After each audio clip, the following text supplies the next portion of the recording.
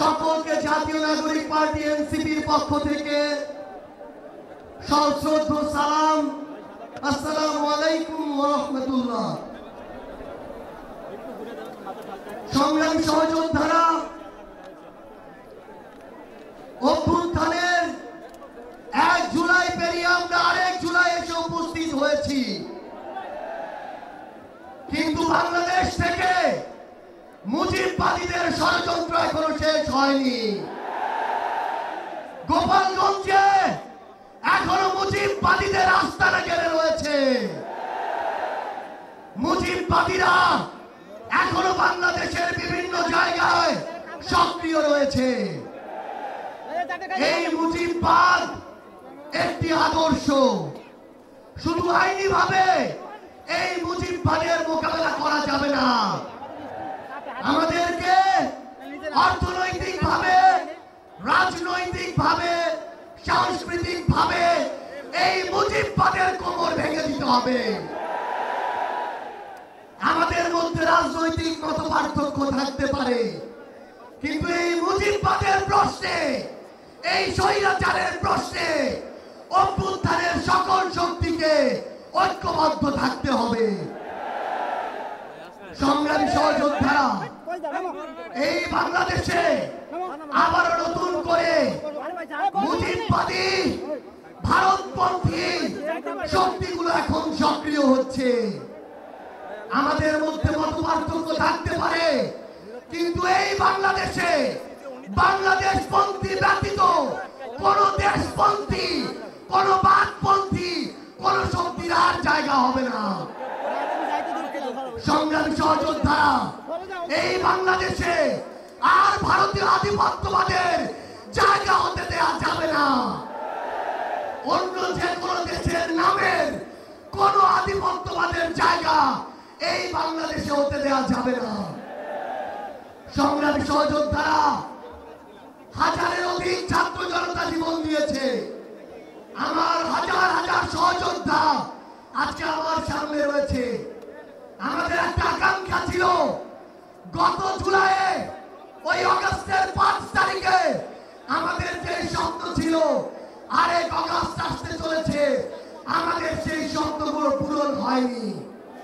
অন্তর্বর্তীকালীন সরকারের কাছে আমরা সুশীল সরকারের ভূমিকা চাই না। আমরা তাদেরকে অভ্যুত্থান পরবর্তী সরকারের ভূমিকায় দেখতে চাই। আমরা স্পষ্ট করে বলতে চাই, অভ্যুত্থান পরবর্তী বাংলাদেশে আমাদের বিচার লাগবে। এই বাংলাদেশে খুনি হাসিনার বিচার হতেই হবে। খুনি হাসিনার বিচারের রায় হতেই হবে। খুনি হাসিনার বিচারের রায়ের কার্যকর আমরা দেখতে চাই। আমরা স্পষ্ট করে বলতে চাই, এই বাংলাদেশে বিচার বিভাগকে কোন দলের বিচার বিভাগ হিসেবে আমরা দেখতে চাই না। আইন শৃঙ্খলা রক্ষাকারী বাহিনীকে ক্ষমতার তোষামত করা বাহিনী হিসাবে আমরা দেখতে চাই না।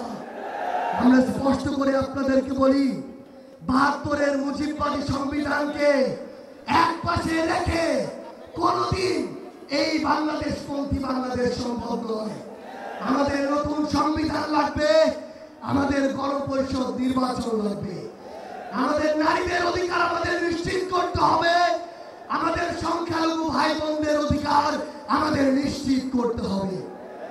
আমরা 1947 সালের উপনিবেশ বিরোধী যে আকাঙ্ক্ষা, 71-এর স্বাধীনতার যে আকাঙ্ক্ষা, 24-এর মুক্তির যে আকাঙ্ক্ষা, সেই আকাঙ্ক্ষাকে ধারণ করে ঐক্যবদ্ধভাবে আমাদের আগামীর বাংলাদেশ গড়তে হবে। আমরা স্পষ্ট করে সর্বশেষ একটি কথা বলে যাই, ফ্যাসিস্ট বিরোধী 24-এর শক্তি আমাদের ঐক্যবদ্ধ থাকতে হবে। তো ঐক্যবদ্ধ মানে এই নয় যে আমরা কারো অন্ধভাবে দালালি করব। কেউ যদি চাঁদাবাজি করে আমরা সেটা মুখের উপরে বলবো, কেউ যদি সিন্ডিকেট চালায় আমরা সেটাও বলবো, কেউ যদি দখলদারিত্ব করে আমরা সেটাও বলবো। তবে আওয়ামী লীগের প্রশ্নে আমরা ঐক্যবদ্ধভাবে আমাদের লড়াই চালিয়ে যাব। সংগ্রামী সহযোদ্ধারা, রাজনীতিতে প্রতিদ্বন্দ্বিতা থাকবে, প্রতিযোগিতা থাকবে, কিন্তু রাজনীতির যে সৌন্দর্য, এই সৌন্দর্য যেন আমরা ধারণ করি, তাহলে আগামী বাংলাদেশ সামনের দিকে এগিয়ে যাবে। রাজনৈতিক প্রতিদ্বন্দ্বিতা যেন ব্যক্তি আক্রমণে কোনদিন রূপ না নেয়। ইনশাআল্লাহ ফ্যাসিস্ট বিরোধী 24 শক্তি ঐক্যবদ্ধভাবে আমরা আগামীর বাংলাদেশ গড়ে তুলব। আপনাদের সাথে আমাদের আবারও দেখা হবে লড়াইয়ের রাজপথে অথবা বিজয়ে। ইনকিলাব জিন্দাবাদ। সংগ্রামী ভাই এবং বন্ধুগণ,